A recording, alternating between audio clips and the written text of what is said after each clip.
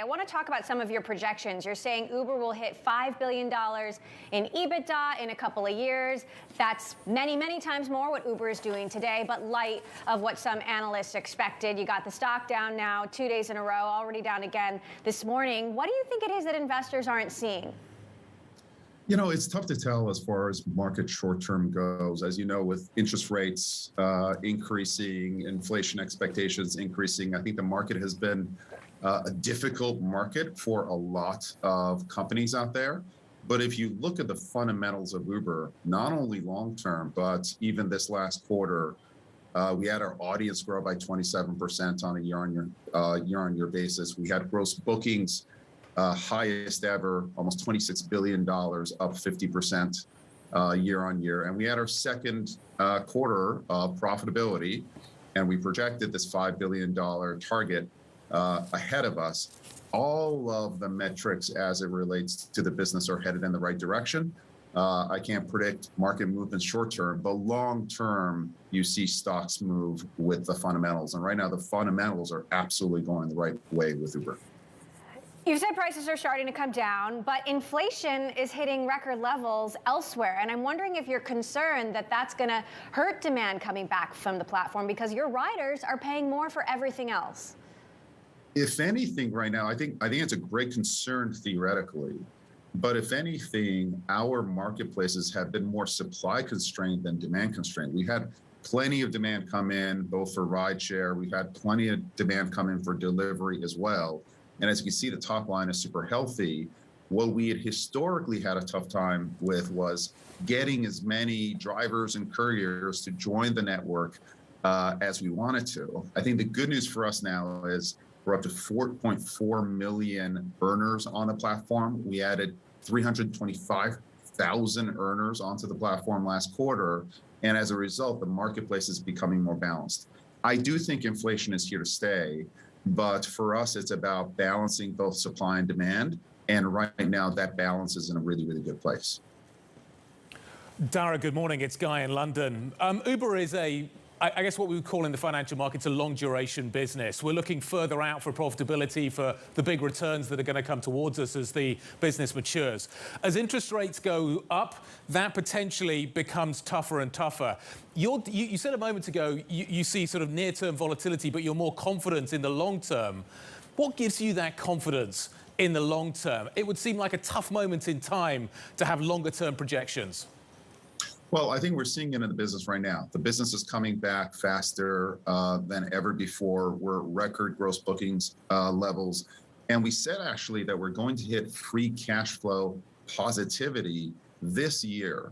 So I think with Uber, you have the balance of, hey, in the short term, what have you done for me lately? We're delivering profits. We're going to deliver cash flow profitability. Our Q1 is stronger than Q4. That's not true for some of our competitors. And at the same time, we're putting a marker down on long-term growth of 22 to 26% and significant incremental profits as the business grows. So I think we're a balanced story, which is you want improvement next quarter, you want improvement next year, you got it. But you want long-term growth, 5 to 10 years with increasing margins, we have that as well. I think if we deliver on both the short and the long term, we're going to be just fine. You talk about that balance. Can I just talk about the balance within the business right now? Delivery obviously was a huge hedge for you during the pandemic. Is delivery and ridership on a sort of fulcrum? Does one go up and the other one go down, and vice versa as we come out of the pandemic? And what happens with ride sharing as well as we come out of the pandemic as well? Where does it fit into that? Is there a long-term dent because of the pandemic, or does that start to fade fairly quickly? We're seeing, so I think that from a long-term standpoint, both rideshare and delivery are on a long-term glide path up. And especially as it relates to mobility, we're adding taxis, we're adding two-wheelers, three-wheelers, we're adding shared rides, we're adding reserve, we're innovating around the mobility sector pretty aggressively. And the same thing with delivery, which is people want more stuff delivered to their homes within an hour, and we're adding grocery and alcohol and many, many other categories. So you're going to see both of them move up. But cyclically, based on openings and closings, while one is strong short term, the other one may be a hedge the other way. And I think to some extent we're seeing it in Q1, which is the Omicron wave hit. Obviously, things are getting much better now. But for example, a rideshare competitor in the US is going to have their EBITDA down Q1 versus Q4, while ours continues to rise. So what I talked about with our investors is we're an all-weather company. You get secular growth of mobility and delivery, and whether or not the world is open or closed, the two hedge against each other so that you've got predictability and strong long-term growth. Dara, you've got a huge Super Bowl ad campaign featuring Gwyneth Paltrow, Trevor Noah, Cousin Greg. Cousin Greg is in there, trying to drive the point home that Uber Eats delivers more than things that you can just eat. How big a business do you think non-food delivery can be as part of Eats? And is all this marketing spend paying off? I mean, these are pricey celebrities. They are, but they're worth every penny. We're seeing Uber Eats, it's absolutely becoming a cultural phenomenon, and the Tonight I'll Be Eating campaign. We wanted to throw this other twist because our non-food product, it's at a $4 billion run rate. It's growing very, very quickly. We're really doubling down on grocery and other products as well. And we wanted to get the awareness out there. What we're seeing is that consumers who start buying groceries and other items on Uber Eats actually start using Uber Eats more and more. So not only is it a new growth path for us, it actually cements our relationship with our customers and could be another growth path going forward. The ad has gotten great response, and we're looking forward to the Super Bowl. We're preparing for an onslaught of crypto and metaverse ads, and I'm wondering if any of this has convinced you. Is there any chance of Uber accepting Bitcoin in the future? Are you having conversations about this internally? Like, could it happen someday? It definitely could. We're having conversations all the time. I think right now what we see with Bitcoin and some of the other cryptos that they are quite valuable as a store of value. The exchange mechanism is expensive. It's not great for the environment.